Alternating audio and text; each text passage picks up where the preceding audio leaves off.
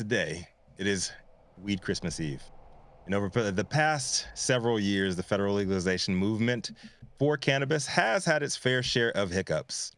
But on the other hand, normalization has only gotten stronger.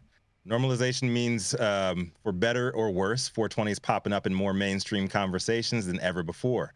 It's on the radar of more corporations looking to cash in on the holiday, more mainstream political organizations voicing their opinions about it. And while we're all here, as we always have been each year since forever, just to relax, get high, connect with other lovers of the plant, and have a good time. Um, Marijuana Moments Kyle Yeager took a moment to highlight a few notable mainstream takes on 420 and what it means for the rest of us. Yeager first reported on a new series of marijuana-themed promotions and campaigns from mainstream corporations that seek to leverage the popularity of the expanding reform movement, including fast food giants KFC and Jimmy John's promoting 420 coded deals. He then commented on 420 ruffling the noted prohibitionist feathers of Kevin Sabet's Project Sam, as they point out a call to action urging people to reach out to the sandwich company, Jimmy John's, and demand that they pull their $10 deliciously dope dime bag promotion that High 9 News correspondent and Green State editor Rochelle Gordon covered on yesterday's show.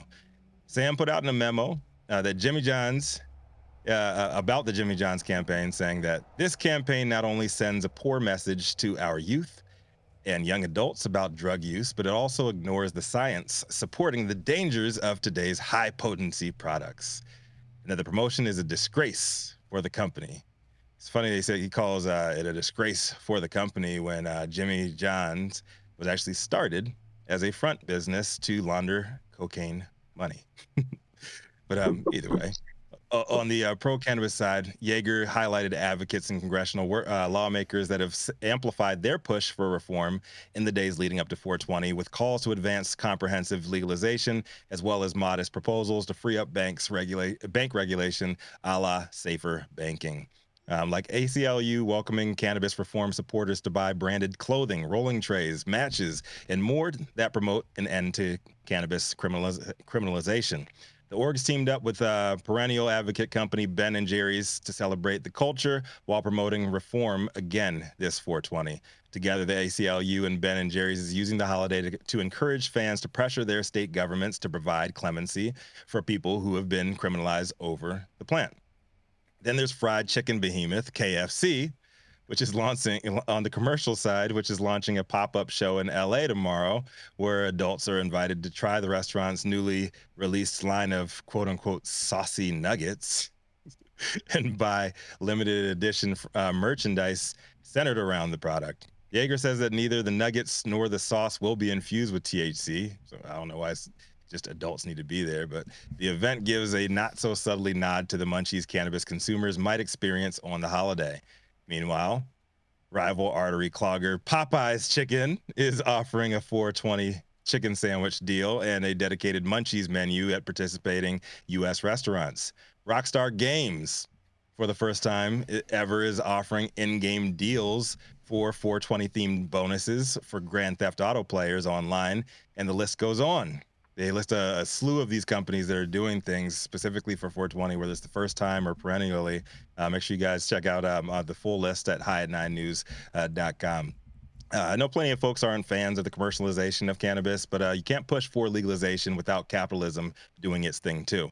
Personally, I think that the more mainstream businesses get down with the movement, the better social climate we'll all have.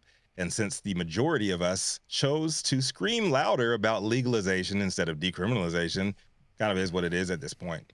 We all here know that cannabis is medicine first, period. But it's medicine we all can enjoy in social settings. And the broad acceptance of weed as a mainstream vice over alcohol and other hard drugs, in my opinion, is a good thing. Either way, I know that I'll be hitting my local Popeyes drive-thru at some point tomorrow to see what that Munchies menu talking about, because I'm not afraid to admit that I'm a big fan of Popeyes chicken, especially on weed. My name is Rico Lamitte, the dopest dad on the street for High 9 News. Excited about these weed deals in the mainstream America tomorrow. What about y'all? Bro, the GTA is selling digital dank on the streets in GTA? You like that? Man, You like that? I that's the one I'm the most excited about, and I think like I want to find out where there is a Jimmy John's because I want to get one of these Jimmy John's rolling trays just for the nostalgic purposes of it. Again, They got you. I've never even seen a Jimmy John's in my life. oh, that's a Midwest. Do they have thing. them in California? Oh, No. Yeah, I know they're like on every block in Chicago. Them in Potbellies. So Like on I every just block when I was living I just wonder since if they're in the Midwest, if they're in like states like Nebraska and Kansas and whatnot, if all of a sudden those are going to be like the like bars where they're going to just be like looking for people rolling into the fast food restaurant, seeing who's high, and then just going to pull them over and blurp them just because. That's pretty much everybody going into fast food. It's not the cheap option anymore. You go to McDonald's, get a value meal, and it's like $15, man. Like fast food is not cheaper these days. Oh no, it's not. So it's a personal choice. If you're going to eat that trash these days, you have other options. You can go get a sit down meal at Chili's, the same amount that you're going to spend at McDonald's now. That's true. That is true. Very, very true. Yes. I'd like to see us making more non-events and action with nature. Our focus of 420. You know, it's like it's cool. Everybody wants to just hop into whatever, you know, and capitalize on it to sell you stuff. But like, go get a trash bag, go to your local park, creek, or bike trail, get real high, and pick up some trash, and see how much better you feel about yourself and about your community. Like, let's all try to like just remember that there's a message in these plants. That message is connection with yourself, connection with nature. You are nature.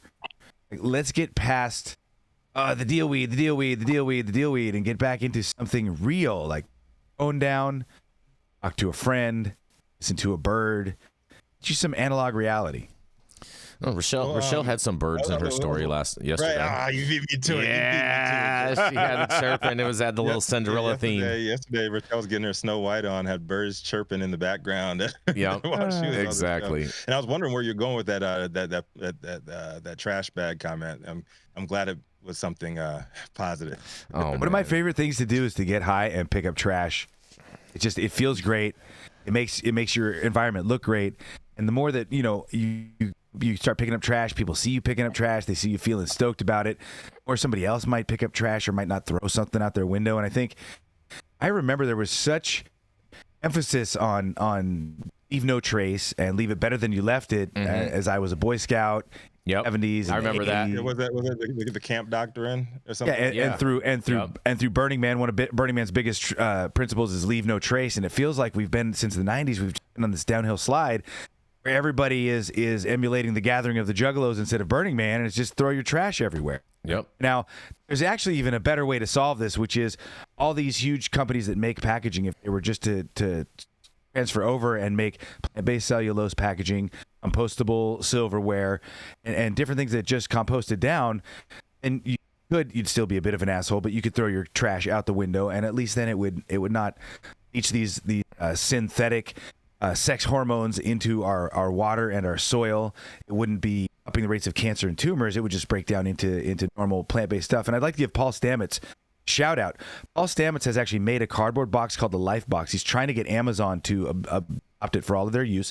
The Life Box. You can look it up, lifebox.com. Cardboard box that is infiltrated with or infused with mushroom mycelium, mycorrhizal mycelium, which is the mushrooms that attach to plant roots and mediate nutrition uptake for plants. Actually, all infused in this cardboard with seeds of different native trees that are legal in every state except Hawaii. So take this box, you buy anything from Amazon or anyone who offers one of these Life Boxes, take the box, you soak it, you put it in your freezer overnight to activate it, and then you go bury it. And you literally, instead of creating just endless amounts of trash, are reinfusing the soil with mycorrhizal mycelia and trees. And Paul said if every 100th person tried to do one of the box, and of those people, every 100th person had success, these boxes were used for Amazon, it would be multiple hundreds of thousands of trees grown in the U.S. every year.